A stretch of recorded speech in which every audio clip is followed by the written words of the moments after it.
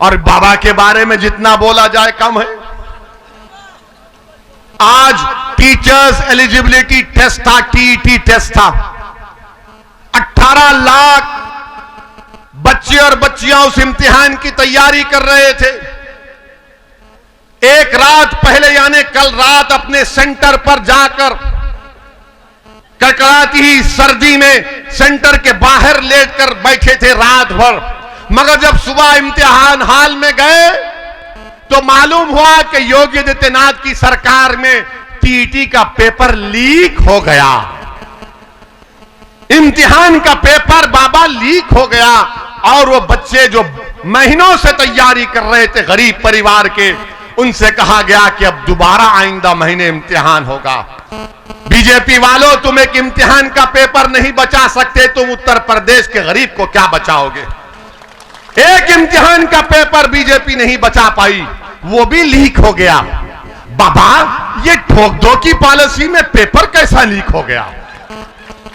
बताओ योगी आदित्यनाथ, तो आप तो कहते हैं ठोक देंगे, नाम बदल देंगे। अब बाबा बोलेंगे कि टीईटी का नाम बदल देता हूं, पेपर लीक नहीं होगा। हर जगह नाम बदल देंगे, अरे पेपर लीक हो गया। 20 लाख बच्चे और बच्चियां जो आज प्राइमरी अपर प्राइमरी का इम्तिहान लिख रहे थे, टीचर्स का इम्तिहान, वो पेपर लीक हो गया। ये कौन सी सरकार है बीजेपी की जो गरीब नौजवानों को इतना मायूस कर देती? और फिर मेरे अजीज दोस्तों और बुजुर्गों, आपको मालूम कि उत्तर प्रदेश में आज उत्तर प्रदेश में गाय की बहुत इज्जत है, मुसलमान की नहीं है। गाय को इंसान से बड़ा इज्जत दी जाती है। यह मैं जिम्मेदारी के साथ कह रहा हूं। हमारे मंच पर हमारे पंडित राम निवास शुक्ला जी बैठे, हम उनके बाजू बैठे। अब टीवी वाले पूछेंगे ये ओवैसी बाबा के बाजू कैसे बैठ गया? ये बाबा में वो बाबा में जमीन आसमान का फर्क है। ये बाबा के दिल में इंसानियत से मोहब्बत है। ये बाबा के दिल में हर मजहब से मानने वाले से मोहब्बत है। वो बाबा में मामला उल्टा है उनका। और ये बाबा नाम नहीं बदलना चाहते, ये बाबा ठोक दो की नहीं, ये दिल से लगाने की बात करते हैं। आपको मालूम कि 2018 में लक्ष्मणपुर गांव बलरामपुर जिले में सितंबर 2018 में ये जो अपने आप को गाय का रक्षक मानते हैं, वो एक शख्स को पीटना शुरू कर दिए, खूब मारना शुरू कर दिए। तो उस शख्स ने कहा, अरे मुझे क्यों मार रहे हो, मेरी गाय है। तो बोले नहीं, तू काटने लेकर जा रहा है। अरे वो बोला कि अरे मैं हिंदू हूं, मुसलमान नहीं। बोले नहीं, तू काट रहा है।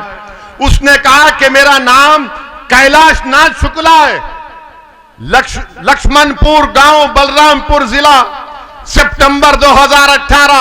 अरे वो ब्राह्मण था, उन्होंने उसको भी पीट दिया। देखते ही नहीं है बुनकरों का मसला, अंसारी भाइयों का। बिजली की कीमत इतनी आसमान को छू रही है, कोई फिक्र नहीं है बाबा को।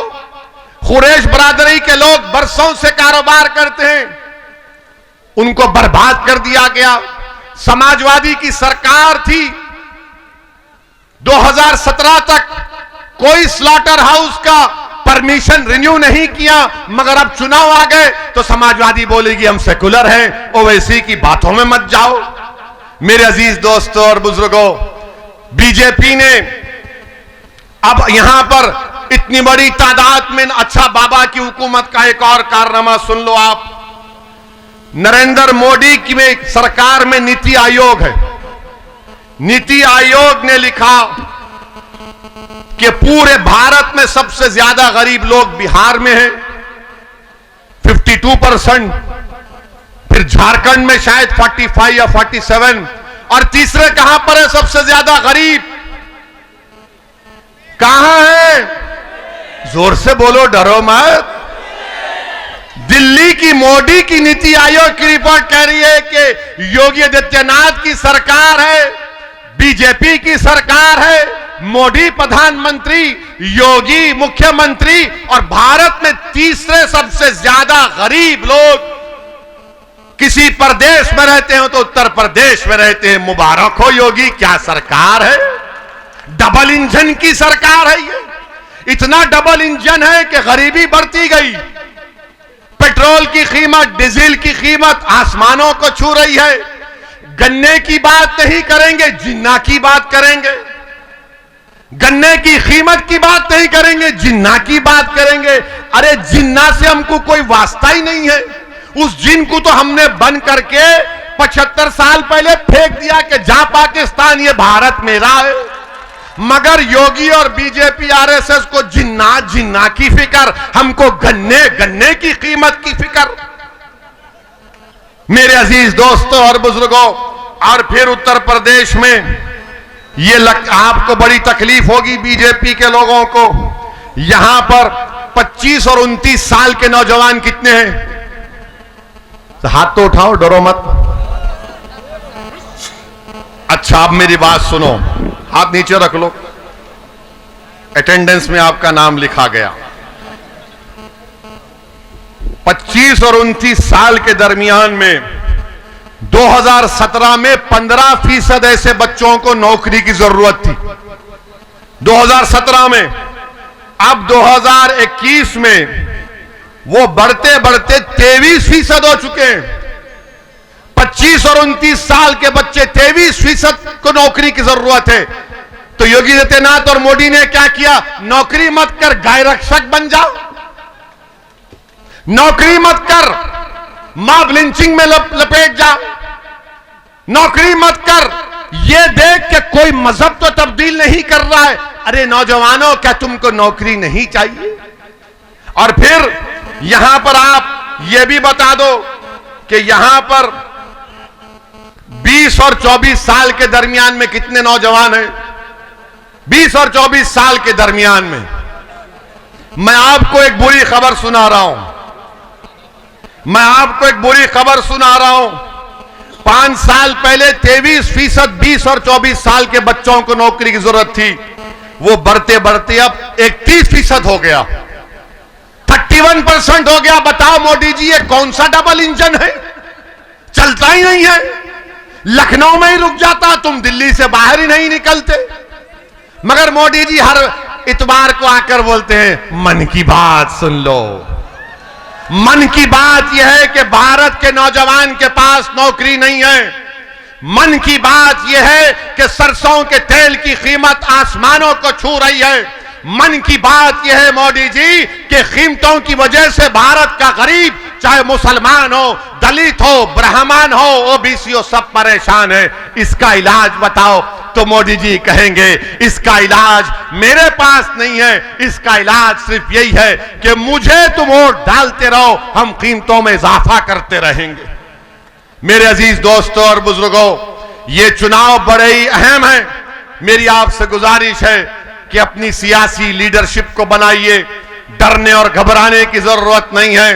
मैं मजलिस के इत्तेहादुल मुस्लिमीन के जिम्मेदारान यहां पर आए हैं और इंशाअल्लाह ताला सुबह क़यामत तक आते रहेंगे। मैं सिर्फ एक इलेक्शन या 2 इलेक्शन लड़ने के लिए नहीं आया हूं। मैं आया हूं तो अल्लाह जब तक जिंदा रखेगा मैं आता रहूंगा। मेरी जमात को आप अपने दुआओं से मजबूत करते रहेंगे। मुझे आपके खून की जरूरत नहीं है, मुझे आपकी दुआओं की जरूरत है। मुझे तुम्हारे खून की जरूरत नहीं है, मुझे तुम्हारे दुआओं की जरूरत है। मुझे तुम्हारी दुआओं की जरूरत है। मैं यहां पर अपनी मकबूलियत, अपनी अना के लिए नहीं आया हूं, ना कभी आऊंगा। मैं यहां पर मुसलमानों के लीडरशिप को बनाने आया हूं, जैसे दीगर समाज ने अपनी लीडरशिप बनाई। उत्तर प्रदेश में मुसलमानों को अपनी लीडरशिप बनाना पड़ेगा। मैं यहां पर इसलिए आया हूं कि भारत में मुसलमानों के लिए एक और अहम मसला है CAA का। CAA का कानून मुसलमानों के लिए जिंदगी और मौत का कानून है। ये याद रखो मेरी इस बात को। योगी आदित्यनाथ हमको धमकी दे रहे हैं कि एक शख्स आ रहा है और माहौल को बिगाड़ रहा है। योगी आदित्यनाथ, उत्तर प्रदेश में कितना अच्छा माहौल हमने देख लिया। आज TET का इम्तिहान में पेपर लीक हो गया मगर मैं भारत के मुसलमानों से और उत्तर प्रदेश के मुसलमानों से, उत्तर प्रदेश के सेकुलर जहन रखने वाले हिंदू भाइयों से कह रहा हूं कि CAA कानून के खिलाफ हमको आवाज उठाना है। इस कानून को नरेंद्र मोदी की सरकार को वापस लेना है। जैसा किसानों के एहतजाज पर मोदी ने उन किसान कानून को वापस लिया, यह कानून भी भारत के संविधान के खिलाफ है। यह मजहब की बुनियाद पर बनाया गया। मगर जब मैं इस बात का मुतालबा करता हूं, पूरी पार्लियामेंट में एक तरफ असदुद्दीन ओवैसी भारत के मुसलमानों की आवाज बनकर उनका नुमाइंदा बनने की कोशिश करते हुए, मैं और इम्तियाज जलील ने इस कानून को बीजेपी के 300 एमपीओं के सामने कहा कि जिस तरह गांधी ने उस वक्त के अफ्रीका में सफेद फाम हुकूमत के गलत कानून को फाड़ दिया था, ओवैसी भी इस कानून को फाड़ता है, इस कानून को रिजेक्ट करते हैं। कहां थी समाजवादी, कहां थी कांग्रेस? जब हमारा कानून हमारे खिलाफ बनता है तो खाली जुमले बोलकर बैठ जाते हैं। हम नरेंद्र मोदी सरकार से इस बात का मुतालबा करते हैं कि जिस तरह किसानों के कानून को वापस लिया गया, CAA, NRC, NPR को भी बंद होना चाहिए। अगर याद रखो मेरी इस बात को, अगर CAA, NPR, NRC होगा तो जिस तरह आसाम में 1.5 लाख मुसलमानों को अपनी शहरियत साबित करने के लिए कोर्ट को फॉरेनर्स ट्रिब्यूनल को जाना पड़ेगा, कहीं ऐसा ना हो जाए। इसलिए मैं आपसे अपील कर रहा हूं कि इस बात पर भी गौर करिए, मुत्तहिद रहिए, अपने वोट का इस्तेमाल करिए और उत्तरोला के आने वाले इंतखाबात में मजलिस के उम्मीदवार डॉक्टर अब्दुल मन्नान को कामयाब करिए। अस्सलाम वालेकुम व रहमतुल्लाहि व बरकातुहू।